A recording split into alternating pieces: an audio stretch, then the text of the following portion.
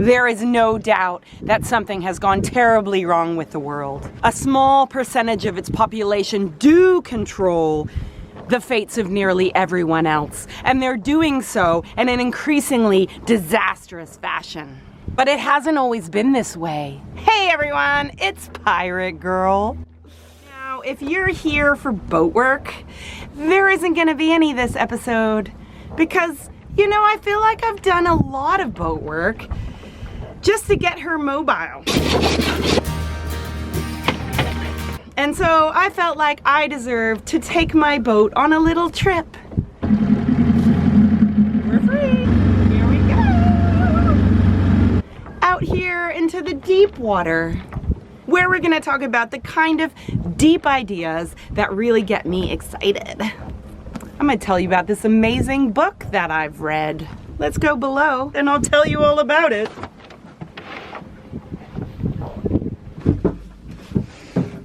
So I don't know if you saw that last video I did, Story is Our Superpower.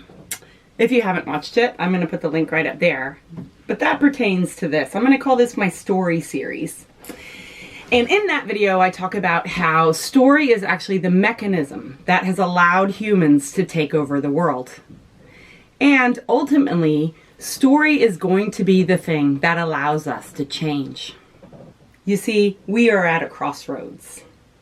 The old story, the one that supports our hierarchical structure of our society, you know, the story of separation, that we're all in competition with each other for resources. That story is breaking down. And the new story, which is forming, but we aren't quite living in it yet, the story that we are all equal, that we are all connected, that we are connected to each other and to our earth, that story is on the rise. New Earth rising. So we are at this in-between time. One of the ways that the hierarchical system perpetuates itself, besides through colonization, war, and our interest-based money system, is through story. He who controls the narrative controls the population. And so a part of this process of changing stories, of more and more living in the new story, is by examining the stories that we've been told, the stories that we are operating under. That and telling new stories. And this is happening all over the place. I mean, we can see it on social media, right? Everybody now is able to tell their story. It's no longer just the winners of history that get to control the narrative. Although don't be fooled, they are trying. It's just harder and harder now where there's all these other outlets of ways to get information. I mean, we are in the information age. This is also happening in the sciences, in history, like in this book I'm going to tell you about, in mathematics with quantum physics, even in the corporate world this is happening, where this new story is rising. New Earth rising. When I think about what I learned in school in the States in the 80s and 90s, all of the history I learned was completely Eurocentric. It was all about which battle, who was the general, names and dates of battles and wars. I couldn't relate at all. I actually hated history. And what they taught us about Native Americans and the horrors of colonization, that was like a footnote in our history book. I mean, I remember it must have been like in kindergarten or first grade, and we took brown paper bags and cut them to make them look like they were, you know, deer skin, and we reenacted the first Thanksgiving. They didn't actually mention the genocide that happened afterwards. And all of the ancient cultures that we give credence to for laying the foundation of Western civilization, you know, Imperial Rome, ancient Athens, dynastic Egypt, all of these societies were hardcore patriarchies where they owned slaves, they had extremely stratified society, and, you know, women were the beasts of burden. It is clear now that human societies before the advent of farming were not confined to small egalitarian bands. On the contrary, the world of the hunter-gatherers as it existed before agriculture was one of bold social experiments, resembling a carnival parade of political forms. And apparently, these egalitarian bands were not isolated groups. It turns out that often the cultural exchange areas of these groups were massive. They were trading and exchanging languages and goods and traveling over thousands of kilometers and interacting with thousands, tens of thousands of other hunter-gatherers. The first global villages.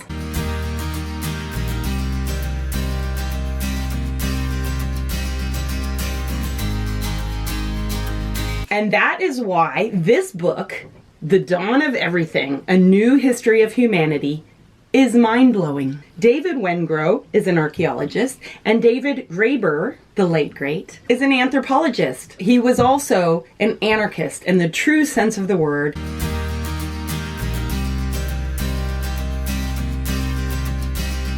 And one of the main organizers of the Occupy movement, which kicked off on Wall Street but became an international movement against corporate greed. He actually passed to the other side 3 weeks after publishing this great book. I'm hoping that from the other side, he'll be better able to support this shift into New Earth. Thanks, David. This is really a fun read, and they cover so much stuff. Phenomenal nowadays with the new technologies, what they can actually uncover about how ancient humans organize themselves. And the two Davids are looking at all this information with fresh eyes. I especially appreciate the feminist lens that they shine into history. I don't know, do we call that feminism when they just acknowledge women in history? Yeah, well, I mean, oftentimes women have been completely written out of history as if they didn't exist. So yeah, I really appreciate them including women in the dialogue. Thanks, guys. So one of the things they do in the book is they talk about the categories that academia actually looks at these different ways of human organization in ways that limit what we can actually learn from these people by creating this illusion that human societies have gone from simple hunter-gatherer societies to more advanced farming societies, and then of course industrial urban societies to us, creates this illusion of this linear progress, as if Western capitalist colonizing civilization is the pinnacle of human endeavor. This book proves that that's not true. We have not been evolving in this completely linear way. And actually, for example, it limits what we can learn from them, because in this way of categorizing human societies,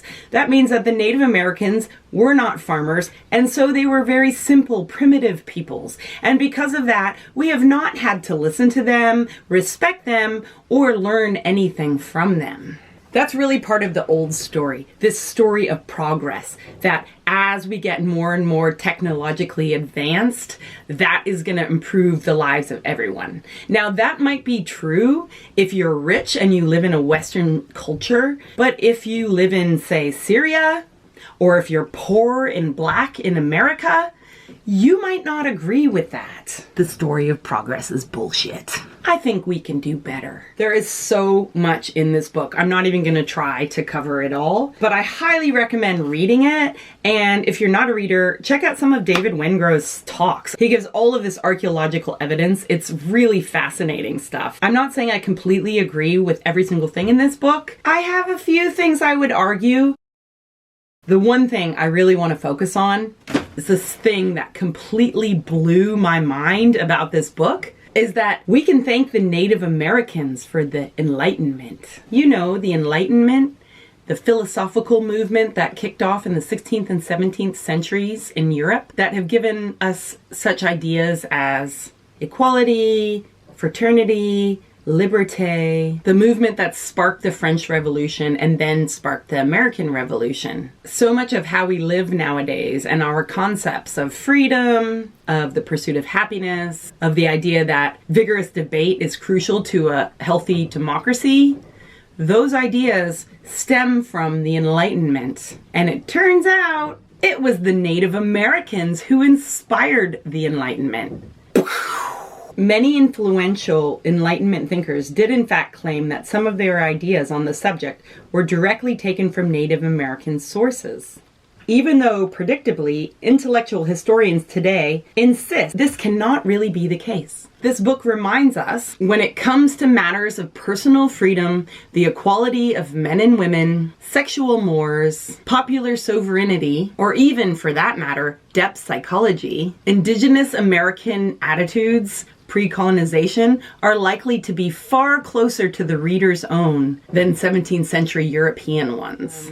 So for the people watching from New Zealand, this might not be as mind-blowing. Here in New Zealand, I think more than any other indigenous people who've been colonized, the Maori people have been able to retain more of their culture. Now, I know this has been a total struggle and the struggle continues, but more and more in the last couple of decades, the Maori people have really gotten so strong in their kaupapa, in their traditions and values. We can see it. My son's school, since he was 3, he's been learning te reo. The way the school is organized, they do a pōwhiri for new students. They do karakias before they eat. He even just had to do a speech about kaitiakatanga. So the Maori culture is so much more permeated throughout New Zealand culture. So it might not be as shocking. But the story in the United States is so different.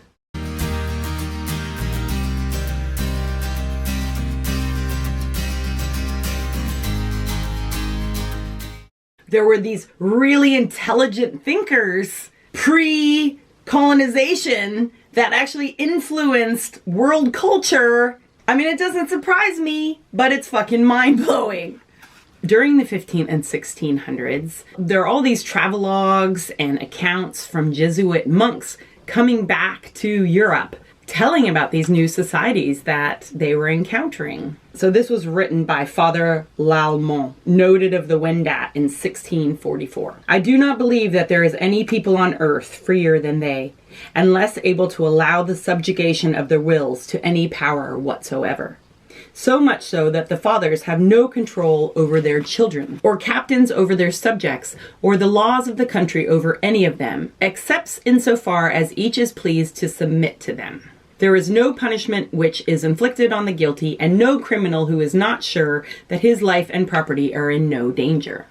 After expanding on how scandalous it was that even murderers should get off scot-free, the good father did admit, when considered as a means of keeping the peace, the Wendat system of justice was not ineffective. Actually, it worked surprisingly well. Rather than punish culprits, the Wendat insisted that culprits' entire lineage or clan pay compensation. This form of justice restrains all these peoples and seems more effectual to repress disorder than the personal punishment of criminals does in France. Scandalized missionaries frequently reported that Native American women were considered to have full control over their bodies. Can you imagine?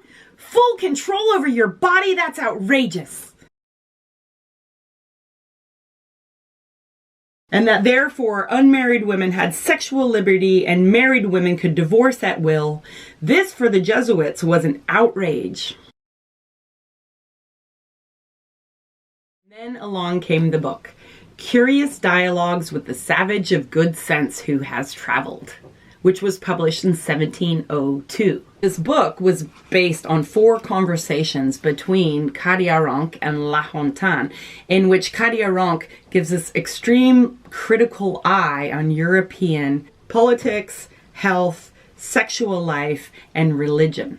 So this is Kadiaronk. For my own part, I find it hard to see how you could be much more miserable than you already are. What kind of human, what species of creature must Europeans be that they have to be forced to do good and only refrain from evil because of fear of punishment? You have observed that we lack judges.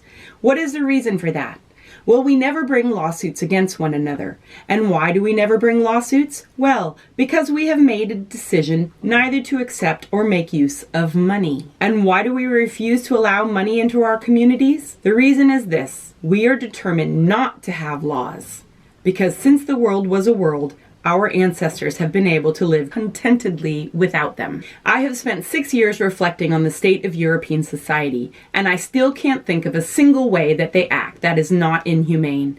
And I genuinely think this can only be the case as long as we stick to your distinction of mine and thine. I affirm that what you call money is the devil of devils, the tyrant of the French, the source of all evils, the bane of souls and slaughterhouse of the living. To imagine one can live in a country of money and preserve one's soul is like imagining one could preserve one's life at the bottom of a lake. Societies of the Northeast woodlands guaranteed one another the means to an autonomous life, or at least ensured no man or woman was subordinated to any other. Insofar as we can speak of communism, it existed not in opposition to, but in support of individual freedom. In conclusion, he swings back to his original observation. The whole apparatus of trying to force people to behave well would be unnecessary if France did not also maintain a contrary apparatus that encourages people to behave badly. That apparatus consisted of money, property rights, and the resultant pursuit of material self-interest. That's what I've been saying all along. It's not that people are evil, it's that our system is fucked. For European audiences in the 16th and 1700s, the Indigenous Critique would come as a shock to the system, revealing possibilities of human emancipation that once disclosed could hardly be ignored. Now, this book became wildly popular. It was written in French, it was translated into German, Italian, and English. The book was in print for over 100 years. There were plays written about it. Even more strikingly, just about every major French Enlightenment figure tried their hand at a Lahontan-style critique of their own society from the perspective of some imagined outsider. So my question is, how come we haven't heard of this? I mean, this was only a couple hundred years ago, well within written history. So what happened? What it really comes down to is that he who controls the narrative controls the population. And that is as true in the 1700s as it is today. The truth will set us free. And I wanted to do a shout out to my girl Joyda. This is her design, her sweatshirt based on her song. Indigenous wisdom is the answer to our freedom. Her music is medicine. I'm gonna put links below. Seriously, check her out. And don't forget, the truth will set us free.